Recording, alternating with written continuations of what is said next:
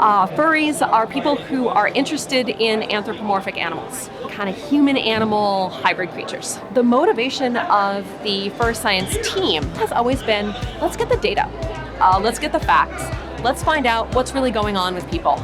A lot of furries never get to know other furries. A lot of furries are just kind of furries on their own, but a lot of furries like to come together and hang out with other furries, which if you look around here, you can understand why, because it's a lot of fun.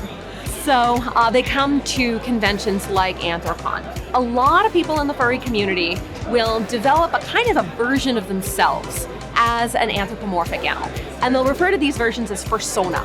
A lot of times people will commission artists to draw their fursona for them. But other folks go further with it and get fursuits made. People have like partial fursuits. But you'll also see a lot of people walking around in whole body costumes, head to toe.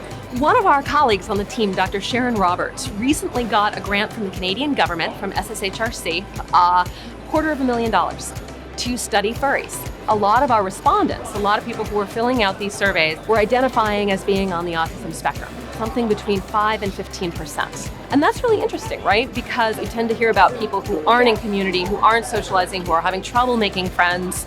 But this is something different. This is a social community where people on the autism spectrum are actually percentage-wise overrepresented. If you're a community that's based around a really strong shared interest, a lot of times that's going to be a more comfortable situation for someone on the spectrum.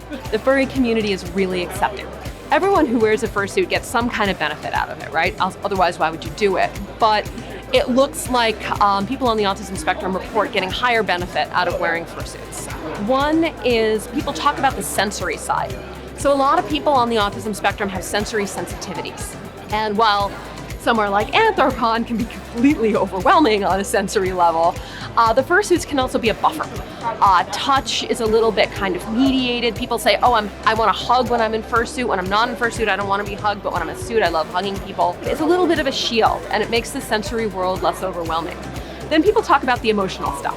If you're a person on the spectrum and you've dealt with social rejection before, it can be really wonderful to just have this experience if you're walking around and everyone's just really happy to see you. So we really try to keep engaged with the community, keep in conversation with the community, and respond to the needs of the community as much as possible. And I think they know that, and I think they appreciate it.